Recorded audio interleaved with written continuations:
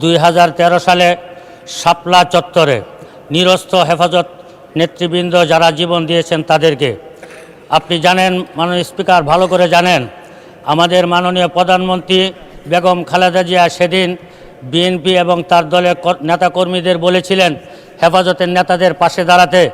সেদিন যদি বিএনপির নেতাকর্মীরা হেফাজতের পাশে থাকতো তাহলে এই স্বৈরাচার সরকার আর 11 বছর লম্বা সময় পাইতো না। মাননীয় স্পিকার, আমি তাদেরকে স্মরণ করি। আমি আপনার মাধ্যমে আরেকটা কথা স্মরণ করি, আরও স্মরণ করি 2024-এ যে সমস্ত ছাত্র ভাইয়েরা আন্দোলন করে প্রায় 1,500 ছাত্র জীবন দিয়েছেন। এই 1,500 ছাত্র জীবনের বিনিময়ে আজকে আমরা সংসদে এসেছি। আজকে এখানে আমাদের মাননীয় প্রধানমন্ত্রী আছেন, আমাদের বিরোধী দলীয় নেতা আছেন।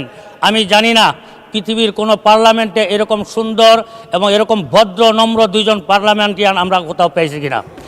আমি জানি আমাদের প্রধানমন্ত্রী শহীদ জিয়াউর রহমানের সন্তান, বেগম খালেদা জিয়ার সন্তান। ওনাদের মতো যেমন বাংলাদেশে নামকরা রাষ্ট্রপতি জিয়াউর রহমানের মতো কেউ ছিলেন না, খালেদা জিয়ার মতো দেশপ্রেমিক প্রধানমন্ত্রীও বাংলাদেশে কেউ ছিলেন না। আমি ওনার সন্তান হিসাবে প্রধানমন্ত্রীর কাছে আবেদন রাখব, আপনি আমাদের বিরোধী দলের নেতাকে নিয়ে 24-এর গণ অভ্যুত্থানের যে আইনটা আমরা চাচ্ছি, আইনের মার পেছে না ফেলে আমাদের স্বরাষ্ট্রমন্ত্রী, যিনি আমাদের বাংলাদেশের সবচেয়ে স্মার্ট মন্ত্রী, ওনার যেমন যোগ্যতা আল্লাহ দিয়েছেন, ওনার সব কিছু স্মার্টনেস, আমি বলবো স্বরাষ্ট্রমন্ত্রীর সহযোগিতায় দুই প্রধানমন্ত্রী এবং আমাদের বিরোধী দলের নেতা মিলে 24-এর যে আইনটা নিয়ে আমরা মারপেচের মধ্যে আছি, এই মারপেচ থেকে আমাদেরকে বের করে নিয়ে আসবেন।